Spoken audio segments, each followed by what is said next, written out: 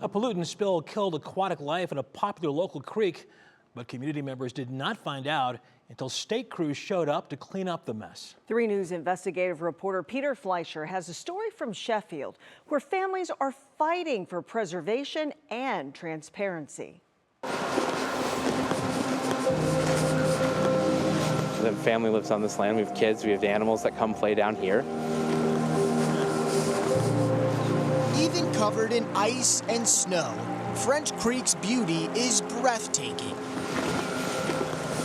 Kevin Wymer's family has been here as long as they can remember. I'd say like maybe 3, maybe close to 4 generations. Stewards helping preserve it, which made his wife's discovery on December 28th all the more disturbing.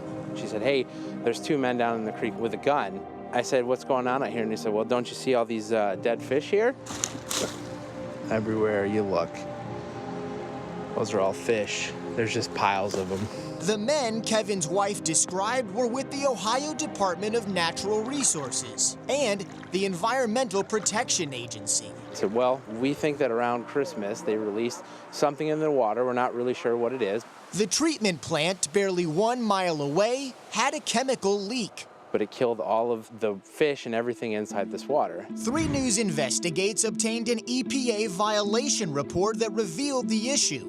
The French Creek wastewater treatment plant discharged an unauthorized pollutant into the water on December 26th. According to the EPA, a chlorine injection pump failed at the North Ridgeville facility, causing elevated levels to flush into the water. French Creek runs through several towns, including Sheffield Village, where Bob Markovich is mayor. It's my job to make sure that people are safe. It's my job to make sure that we're not going to run into these issues. When we spoke to Sheffield community members and leadership more than a week later, they still hadn't received communication from North Ridgeville.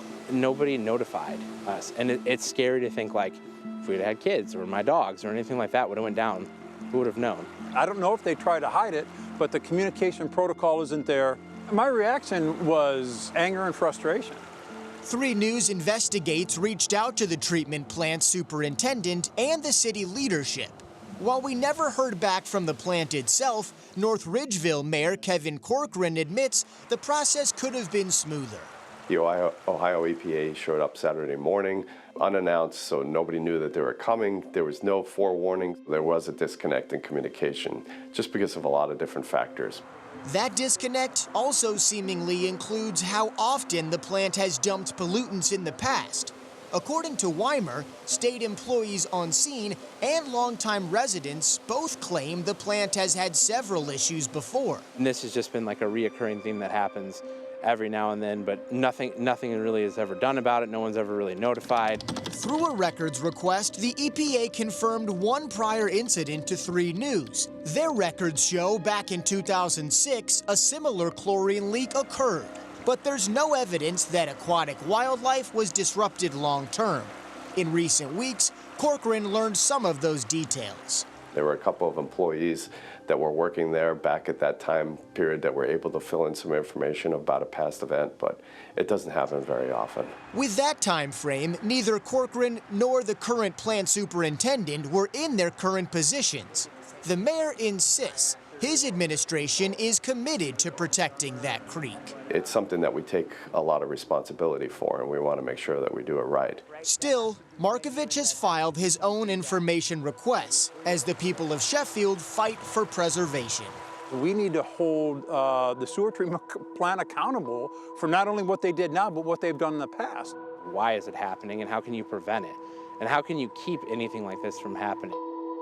The EPA did have record of 2 additional pollutant incidents that occurred in French Creek somewhat recently, in 2007 and 2011.